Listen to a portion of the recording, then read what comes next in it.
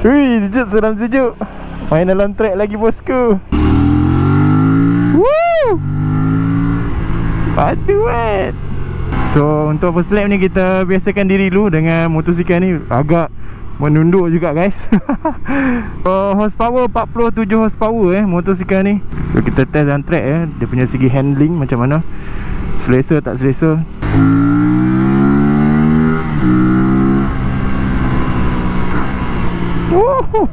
Aku first time dekat RUD Sepang ni. So mana yang tengok video ni jangan expect aku ni expert dengan corner lah. Suspension bagus, brake pun bagus. Mantap cuy. Mantap cuy.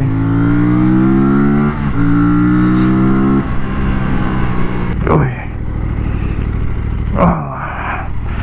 Jadi inilah motonya RS 457.